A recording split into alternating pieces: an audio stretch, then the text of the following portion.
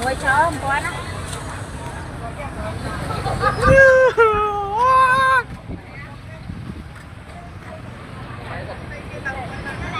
Lụa cận đám.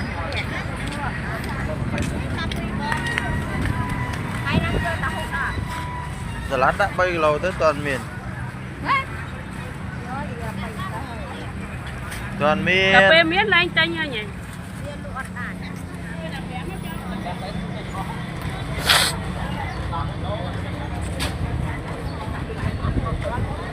Dạ, hộp cho, hộp cho.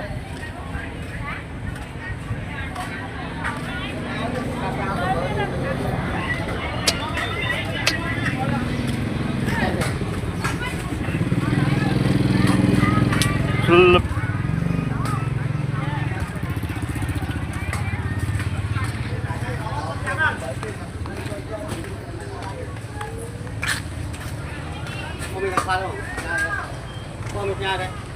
Hả?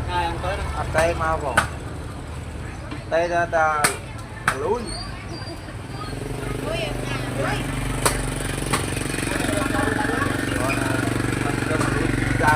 Tay đây. Cứ giờ con này. Tay nó lên cho mà đâu mà. Này khăn kìa. Ôi đồ ăn.